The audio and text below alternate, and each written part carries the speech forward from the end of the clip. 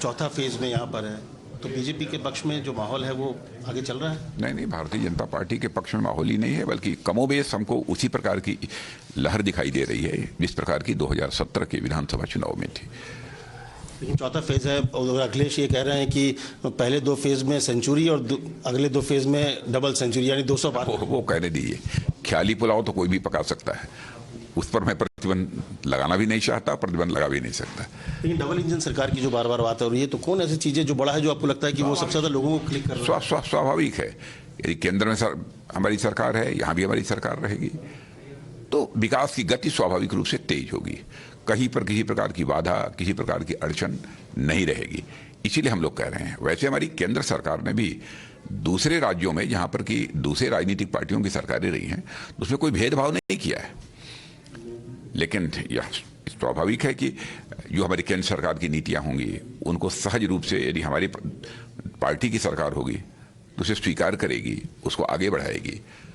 कभी कभी दूसरे राजनीतिक पार्टियों की सरकारें होती हैं और केंद्र में दूसरे राजनीतिक पार्टी की, तो केंद्र सरकार की नीतियों को लागू करने में वो कभी कभी व्यवधान भी लोग पैदा करते हैं। तो वही स्थिति कम से कम देश के सबसे बड़े राज्य उत्तर प्रदेश में नहीं पैदा होनी चाहिए, और इसके प्रति जन सामान्य में यहाँ पर जागरूकता है, इसलिए लोग डबल इंजन की सरकार ही बनाना चाहेंगे।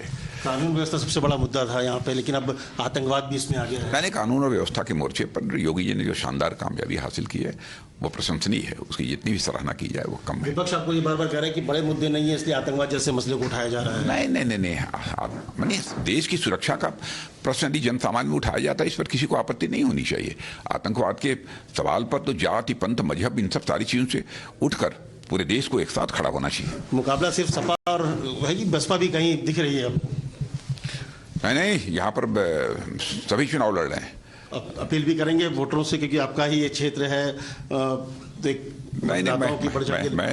मैं तो सारे प्रदेश के मतदाताओं से अपील करना चाहता हूँ कि सुशासन और विकास के नाम पर जिसका ट्रैक रिकॉर्ड शानदार हो, उसके पक्ष में वोट करें।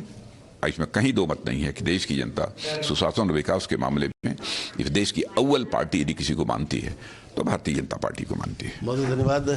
तो ये थे राजनाथ सिंह, जिन्होंने कहा कि जो डबल इंजन की सरकार है और जो काम किया है वो, और लॉ एंड ऑर्डर जैसे मसले हैं वो बीजेपी के पक्ष में है, और एक बार फिर से डबल इंजन की सरकार उत्तर प्रदेश में बनेगी।